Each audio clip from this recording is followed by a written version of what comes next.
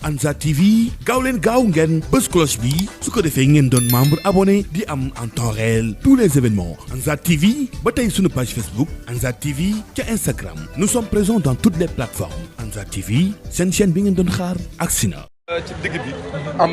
ñett xale yoo xam ne ci biir conseil bi ci leen liggéey commune bi ci leen liggéey bi ñu génnee ci buntu bi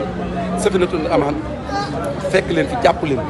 bi mu jàppee ñaar ñi kenn ki waaxu duggaat ci biir maire bi ñu fekk ci biir lu xotti ko di ko jàpp ko dugal ci biir oto bi ku ñuy wax xaadim liggéey xaadim mi nga xam ne si mooy liggéey ci biir maire bi nga xam ne si ñëw ci buntu bi la toog moo dikk ne la ñii ay agent lañ ci li sol dara nekku ci wàccee leen ñu xool leen ngeen bàyyi leen parce que lii sol dara nekku ñi mënu leen raw ñu daan ne duñ leen wàccee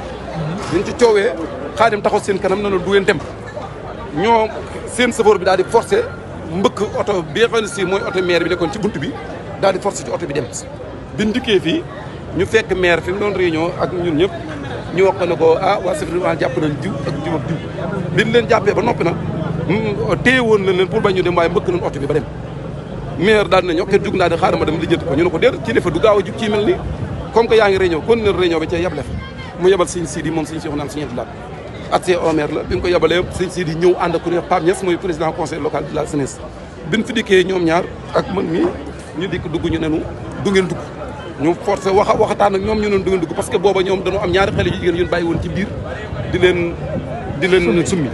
ci benn néeg bi ci biir ñu ne dañoo nekk ci liggéey du ngeen mën a dugg sëñ si ne leen ñu fi nekk ñu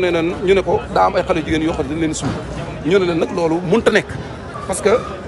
yéen ay góor yi kese bu ngeen di summi jigéen kii di maire ñëw fi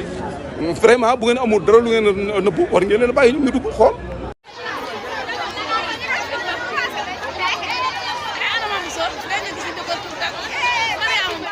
Ansar TV gaaw leen gaaw ngeen bës cloche bi su ko defee ngeen doon membre abonné di am en temps réel tous les événements Ansar TV ba tey sunu page Facebook Ansar TV ca Instagram nous sommes présents dans toutes les plateformes Ansar TV seen chaîne bi ngeen doon xaar agsi na.